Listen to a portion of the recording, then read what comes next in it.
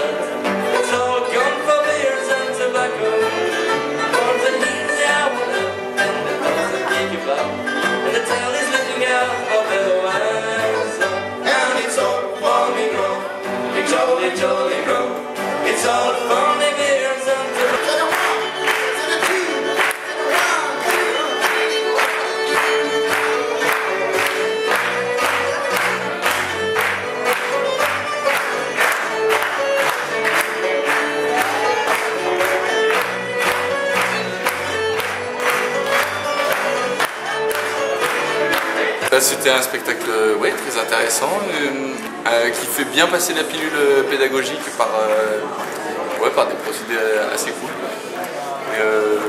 On s'ennuie pas du tout et c'est très instructif. Je trouve que c'est très ingénieux.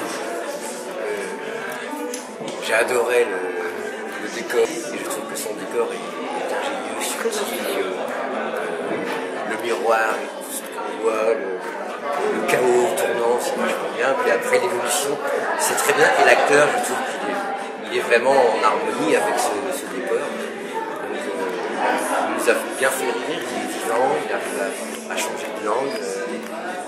Donc voilà, et puis c'est vrai que c'est bien pédagogique, mais c'est pas une pédagogie ennuyante. Ouais, non, Donc une bonne soirée. Une très bonne soirée. Merci. Alors, donc tout d'abord félicitations à tous les deux pour la mise en scène, le jeu, voilà. Première question, comment on se sent quand on a 2500 ans? C'est pour toi. Fatigué. Un petit peu.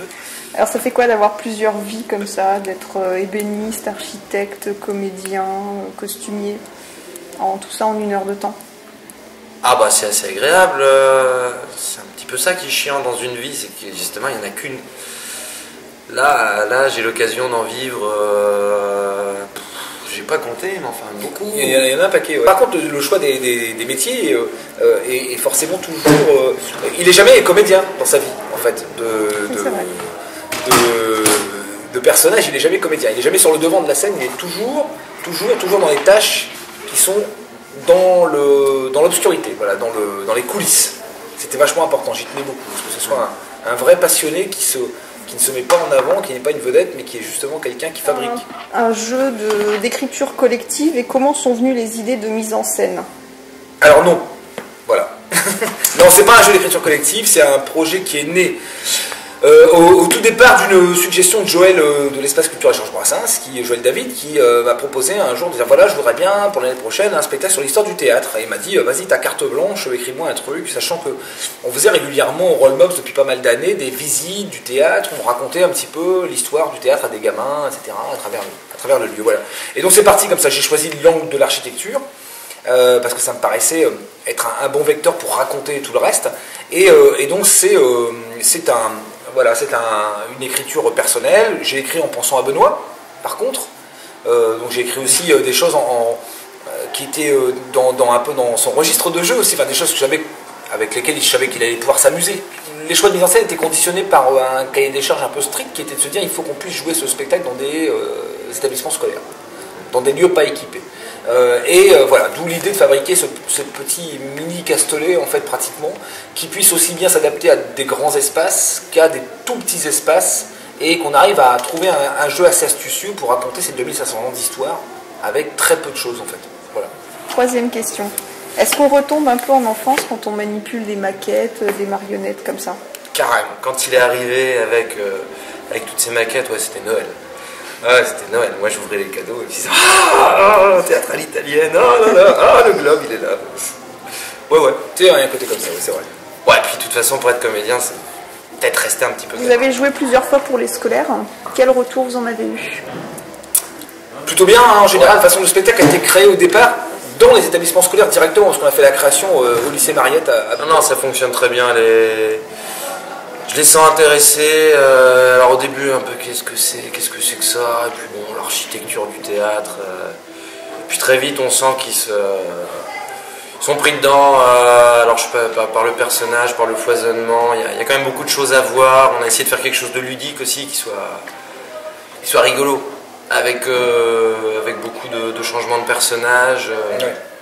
Ouais, sinon, donc, comme disait Benoît, en fait, le principe du spectacle, c'est donc aussi de faire quelque chose de très ludique et de s'arranger pour que, effectivement, on puisse raconter quelque chose qui soit apparemment quand même assez pénible, qui soit l'histoire de l'architecture des théâtres, c'est pas super passionnant, quoi.